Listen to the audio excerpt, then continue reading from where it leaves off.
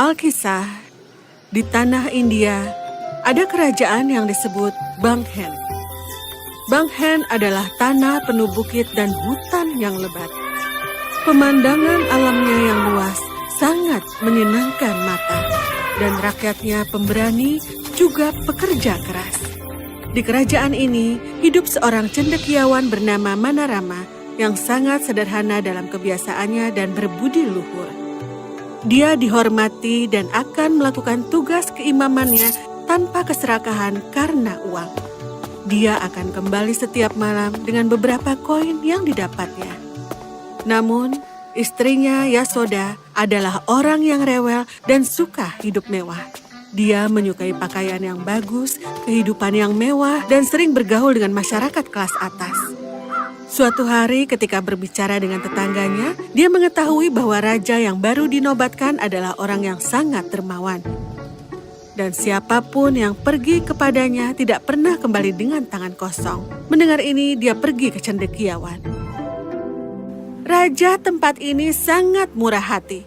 Pergi kepadanya dan aku yakin dia akan memberimu banyak kekayaan. Raja mengumpulkan kekayaan mereka melalui cara yang salah. Kita tidak boleh menjadi bagian itu. Tetapi istrinya tidak mau mendengarkannya dan memaksanya untuk pergi dan mencoba peruntungannya. Ketika Manarama pergi ke istana raja, dia memperlakukannya dengan penuh hormat. Katakan apa yang bisa aku bantu. Yang mulia, aku tidak butuh kekayaan apapun. Aku hanya ingin minta 4 koin dari penghasilanmu sendiri. Kau adalah pria yang aneh untuk meminta 4 koin. Orang-orang meminta emas dan batu berharga ketika mereka datang padaku. Kau menghinaku dengan meminta sedikit. Jadi, mintalah sesuatu yang lain. Bukan begitu, rajaku. Aku tidak ingin kekayaanmu. Ada dosa di kekayaan itu. Aku hanya ingin 4 koin yang kau peroleh dengan keringatmu sendiri. Aku tidak mau yang lain. Mendengar kata-kata Manarama, para pengawal raja terdiam dan terdiam. Begitu juga dengan sang raja. Setelah berpikir beberapa saat, raja berkata, Baiklah, akan kuberikan yang kau inginkan. Tapi kau harus datang kembali lusa untuk itu. Kemudian pada hari itu, ketika Manarama kembali ke rumah, istrinya dengan bersemangat bertanya kepadanya, "Apa yang raja berikan padamu?" Raja menyuruhku kembali lagi lusa nanti. Bagus sekali. Sepertinya dia ingin memberimu banyak kekayaan, karena kalau hanya sedikit, dia bisa memberikannya hari ini. Sementara itu, raja bertanya-tanya bagaimana cara mendapatkan 4 koin dari penghasilannya sendiri. Dia belum pernah melakukan pekerjaan apapun dan hanya tahu cara memerintah orang lain. Dia bingung dan tidak tahu bagaimana mengatur tentang masalah ini. Dia menghabiskan malam memikirkan hal ini, dan ketika pagi dia mandi, dia mengenakan pakaian yang sobek dan compang-camping dan mencuri-curi keluar istana. Setelah berkeliling ke seluruh kota, dia melihat seorang pria berdiri di ambang pintu rumahnya dan bertanya kepada pria itu, Aku butuh sebuah pekerjaan. Bisa kau memberiku?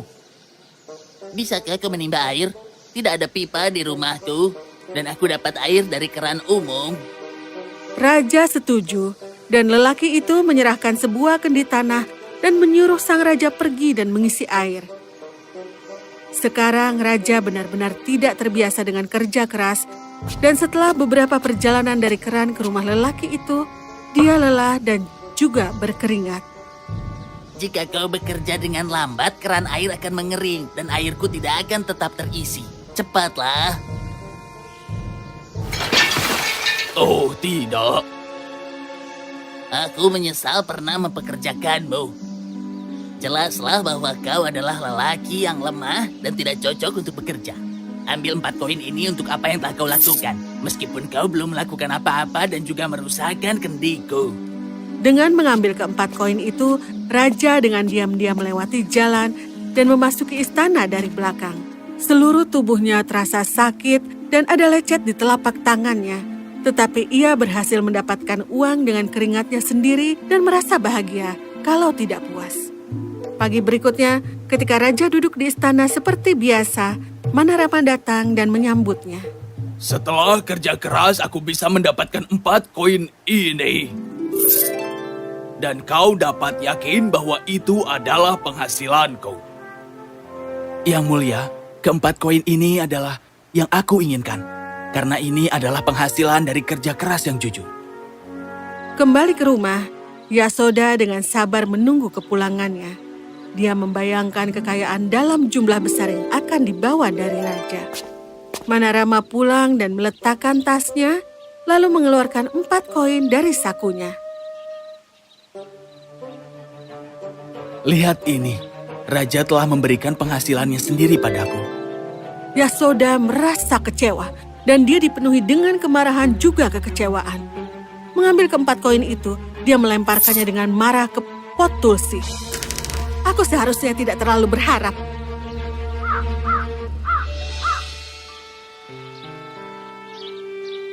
Manarama tidak mengatakan apa-apa karena dia cukup terbiasa dengan omelan istrinya.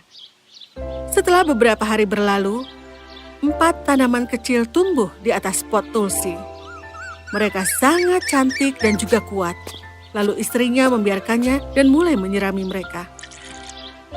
Segera, bunga-bunga emas yang indah mulai tumbuh di pot itu dan juga dipenuhi dengan biji-bijian yang bulat dan bersinar, halus, dan juga berkilau cerah. Butir-butir ini akan jatuh di sekitar pada malam hari dan Yasoda akan mengumpulkannya menjadi tumpukan dan menjatuhkannya di sudut kamarnya. Dia tidak ingin membuang mereka karena mereka terlihat begitu cantik. Mereka adalah pemandangan yang indah untuk mata. Kebetulan, suatu hari seorang penjual sayur datang ke sana. Yasoda membeli beberapa sayuran darinya dan bukannya membayarnya, dia memberinya beberapa buah tanaman. Oh, apa ini? Ini jelas bukan uang, tapi ya ampun. Coba lihat kehalusan dan juga kilaunya. Aku akan mengambilnya. Terima kasih. Dan sesudahnya, kapanpun dia datang, Yasoda akan memberinya sejumlah biji-bijian yang berkilauan itu. Setelah beberapa bulan, putri raja akan menikah, dan sang ratu membutuhkan beberapa mutiara dengan ukuran yang baik untuk dijadikan sebuah kalung mutiara ganda.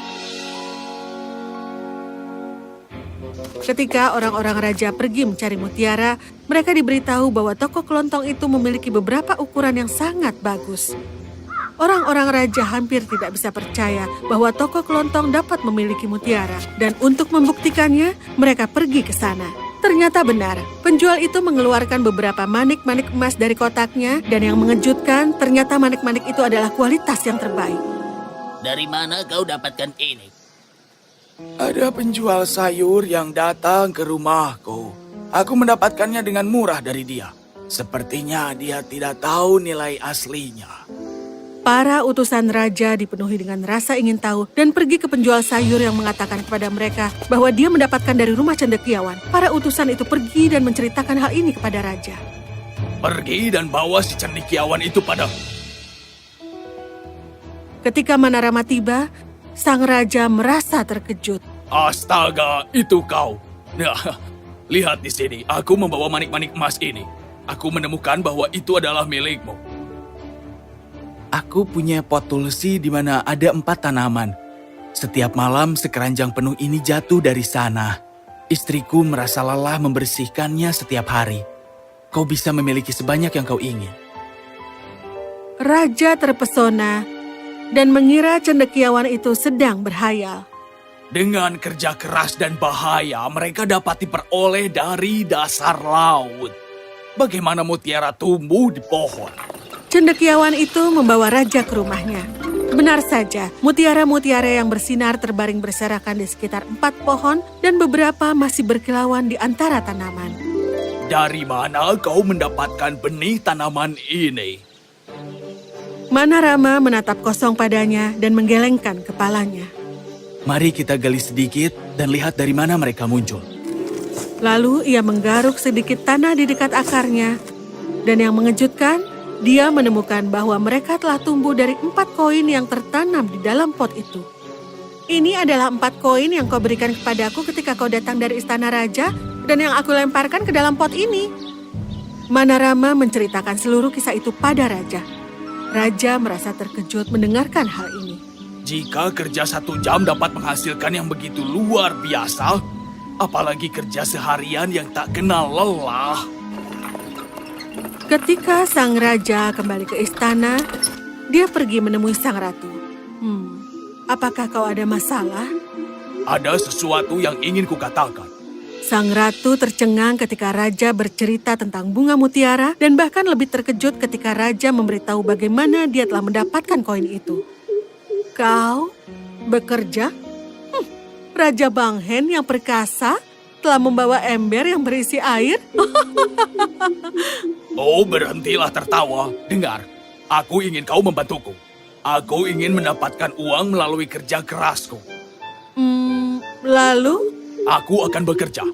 Kau harus menggajiku untuk pekerjaan kerasku menurut seberapa baik pekerjaanku dibanding dengan yang lainnya. Sang ratu terkejut dengan hal ini. Dia mencoba untuk berbicara pada raja, tetapi itu tidak ada gunanya. Oh, baiklah. Ini adalah uangmu pada akhirnya dan bagaimanapun juga tidak ada masalah. Lalu, para pekerja istana terkejut ketika sang raja muncul untuk bekerja di samping mereka. Mereka terkikik ketika dia berkeringat untuk hal-hal yang tidak penting dan membuat kesalahan yang konyol. Tapi kabar itu segera menyebar ke seluruh kerajaan serta menciptakan moto baru. Oh, aku tidak bisa berhenti di sini. Kalau raja bisa melakukannya, aku juga pasti bisa. Bahkan Yasoda menjadi lebih menghargai apapun yang dimilikinya dan jarang mengeluh tentang apapun lagi. Demikianlah Manarama menjalani kehidupan yang damai dan tenang. Karena hanya dengan bekerja keras untuk sesuatu, seseorang dapat belajar untuk menghargai.